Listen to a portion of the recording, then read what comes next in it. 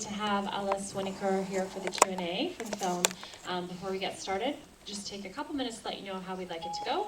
If you can raise your hands high and speak as loudly and clearly as possible and keep your questions brief and concise, we'll have time for a few more of them. I'll try my best to repeat the questions for the benefit of everybody else in the audience. Okay, that's it. Without further ado, please join me in welcoming back to the stage the director of Augustine, Alice Winokur.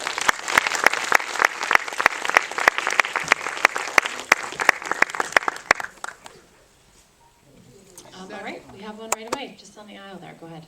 Can you explain some more of the history of Dr. Charcot? If you could explain more of the history of Charcot and Augustine. Actually, I was expecting this question. Good. Yes, it's Dr. Charcot, who was a very famous doctor at that time, and he was observing those women. There were 3,000 women that were kept in the hospital that were from popular classes, and they had this the very violent sexual fit, and Charcot was examining them as guinea pig, and also there were those exhibition of patients in front of the high Parisian society. To me, like in a peep show, you know.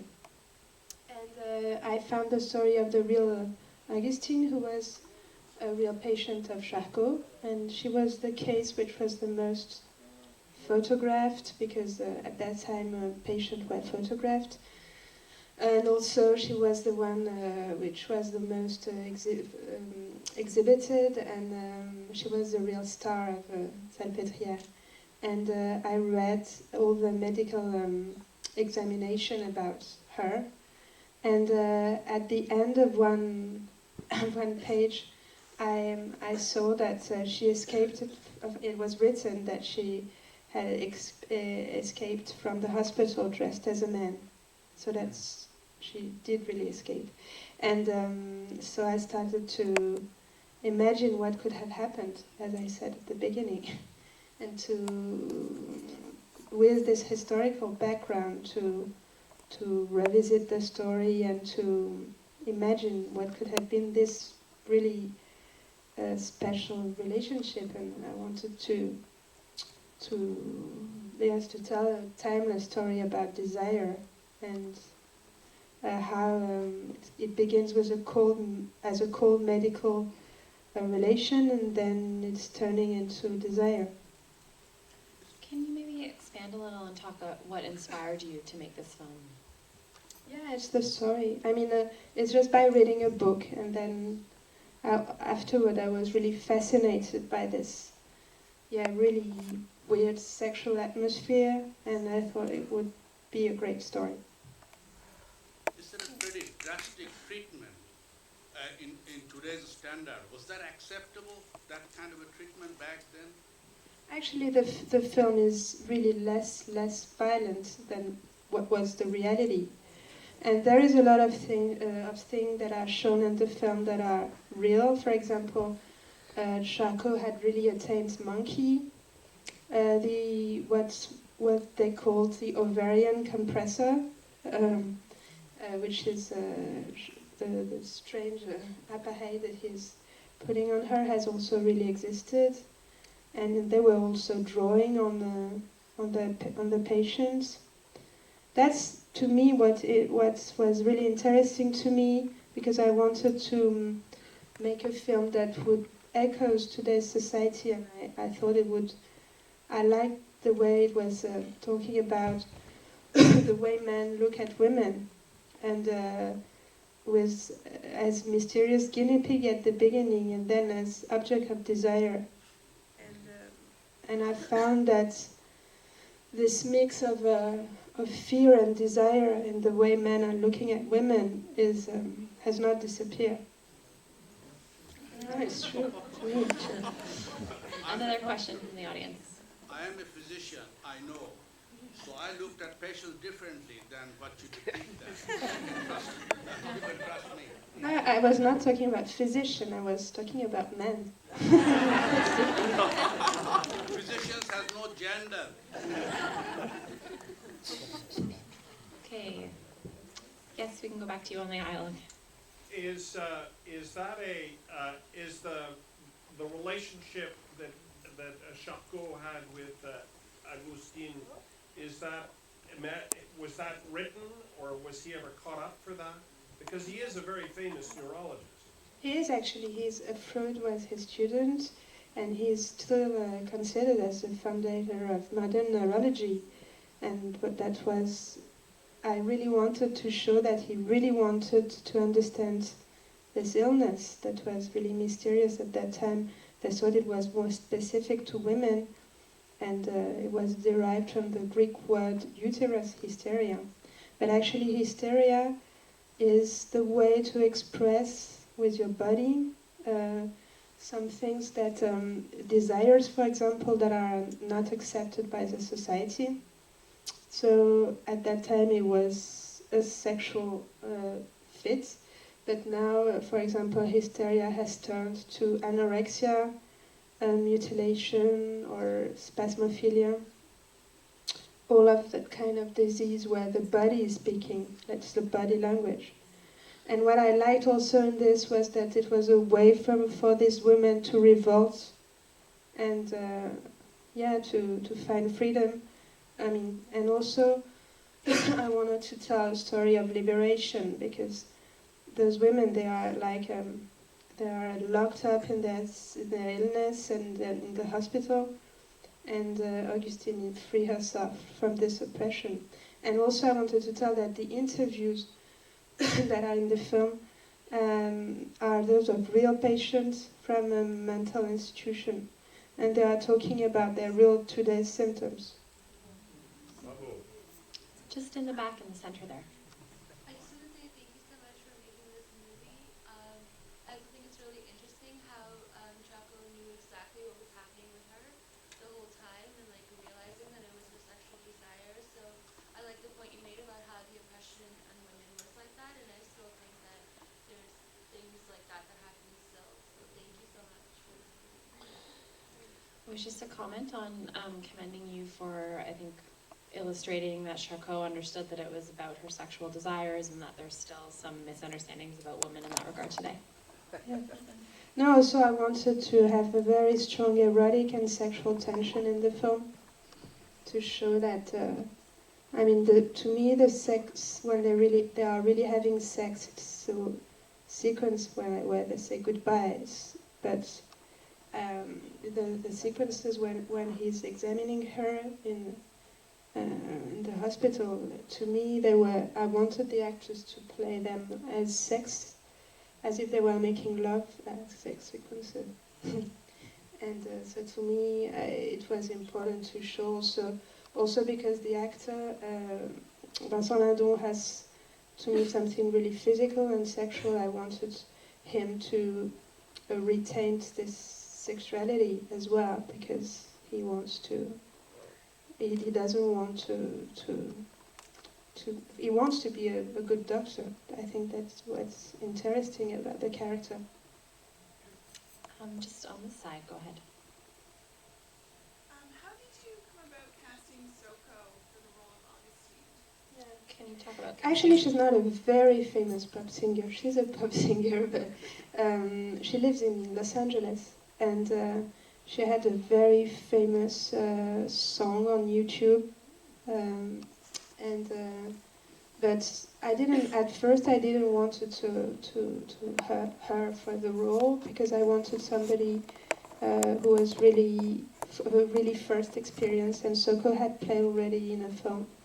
But then when I saw her, when I casted her, and I asked her to do a fit, and which was really difficult, because I was really terrible casting actors, because it was the first thing I was asking to show how the women were in their body.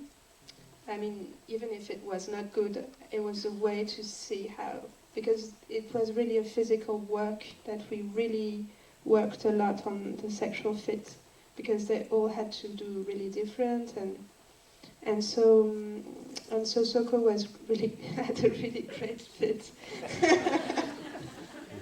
No, but she was really also, I had the thing that she was really innocent, and at the same time she had a strength in her, and Augustine had to be like that, because also she's the victim, but she's also the one who has the power. Like, like there is this very famous sentence from Lacan who says that hysterics are victims who are looking for master to reign on, to command.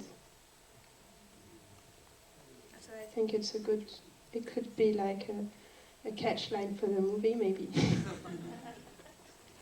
Yes, just at the back. Yes, so just a comment. You talked about the liberation of women, but it also felt a little bit, this guy, the doctor, he felt a little liberated himself, like you could see more of a human emotion in him versus just a poker face. That aspect as well of men being kind of sort of trained to not showing emotion and trying to be cool, but then he became more human, I guess, in the end as well. That was just one of the dynamics. Yeah, I don't think Chaco liberates himself, but I think he. Yes. Yes, it's I don't know what to say. I think he's yes, he's from the beginning till the end. I think he's because he was not comfortable with the idea of sexuality, and that's why he didn't find the. Freud, who was his student, find the unconscious and not him. But to me, all of this historical background was really important. But I really wanted to forget everything about this and to find the cinema and the story and to make the atmosphere more that sound more fantastic and also, for example, the garden. I wanted it to express like some kind of savagery of the unconscious. I wanted like to be not really realistic about things. That's to create this really strange atmosphere, like in fantastic novels, like such as Bronte sisters, or all of this dark romanticism, which I really like and that I found was really kind of the atmosphere I could feel when I was reading all of these medical reports, and I thought it was like too crazy to be real, you know. Exactly, and the sexual fit, if it would have happened in a really normal atmosphere, I think you wouldn't believe it. Actually, it's really hard to believe on what you see in this place. But that's real stuff, actually. Can you talk a little bit about the photography in the film? And I think, one of the things that stood out for us was that, unlike a lot of scenes filmed in medical institutions and other films, the lighting here was quite warm and it had kind of this yellow glow to it. Maybe you could talk a little bit about that.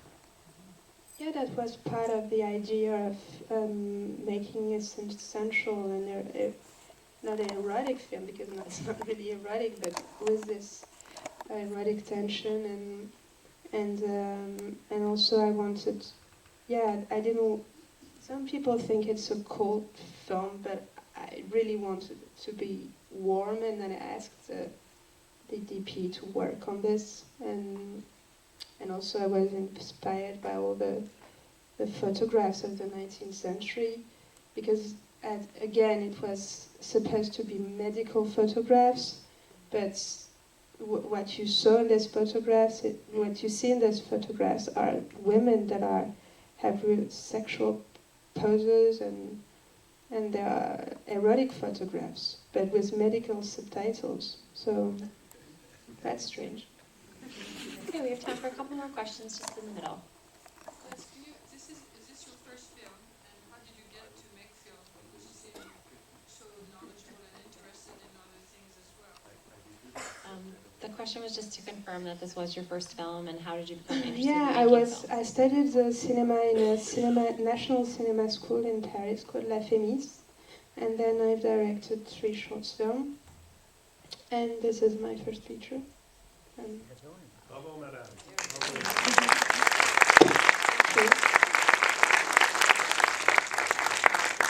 Okay, we have time for one more question. I think there was somebody else with their hand up in the front. Yes, go ahead. I just wanted to ask, what was the book that you read that you based it on? The There book was that you read. there were a lot actually. I mean, I could. What was the question? Yeah. Sorry, and the What book was that the she book read. I read? But I read hundreds and hundreds of books because I was really, as I told you, obsessed by the story. So there is a public library called Charcot's Library in France, and I was spending all of my days there for a lot of years. So I know really everything about hysteria, I think.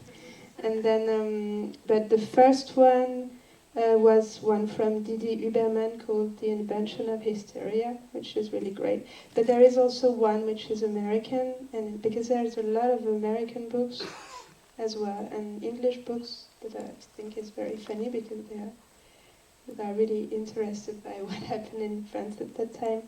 And the one is called Medical Muse by Asvet, and she's the sister of C. Asvet, who also wrote something about hysteria. And